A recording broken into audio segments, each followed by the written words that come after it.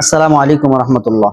আজকে আমি আপনাদেরকে এমন একটি আমলের কথা বলবো যে আমলটি করলে আপনি আপনার হারানো বস্তু খুঁজে পাবেন বা ফিরে পাবেন অতি তাড়াতাড়ি ইনশাআল্লাহ।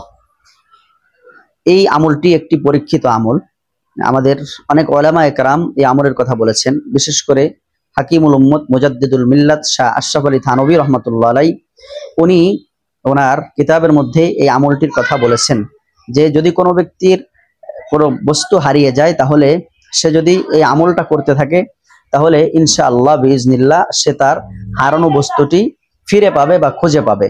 তো এই আমলটি হচ্ছে অত্যন্ত ছোট্ট একটি আমল, কোরআনুল কারীমের একটি আয়াতের অংশ। যেটাকে আমরা অনেক সময় মানুষ মরে গেলেও এই দোয়াটা পড়ি, অথবা কিছু বিপদ আসলেও এই দোয়াটা পড়ার কথা আসছে। সেটা হচ্ছে ইন্না লিল্লাহি ওয়া ইন্না ইলাইহি রাজিউন। এই ছোট্ট আয়াত ইন্না লিল্লাহি ওয়া ইন্না ইলাইহি রাজিউন, কোন আল্লাহর বান্দাবান্দি যদি তার কোনো জিনিস হারিয়ে যায় তাহলে সে যদি এইটা বেশি বেশি পড়তে থাকে আর খুঁজতে থাকে, যেমন আপনার কোনো জিনিস হারিয়ে গেছে তো আপনি এই দোয়াটা পড়তে থাকবেন আর খুঁজতে থাকবেন, ইন্না লিল্লাহি ওয়া ইন্না ইলাইহি রাজিউন, এটা পড়তে থাকবেন আর খুঁজতে থাকবেন। তো ইনশাআল্লাহ বিইজনিল্লাহ আপনি আপনার বস্তু পেয়ে যাবেন।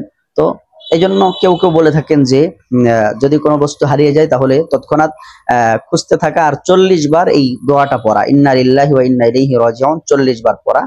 আর আশরাফ আলী থানভী রহমতুল্লাহ আলাইহি উনি বলছেন যে খুঁজতে থাকবে এবং এই দোয়াটি পড়তে থাকবে, তাহলে সে তার হারানো বস্তুটি পেয়ে যাবে।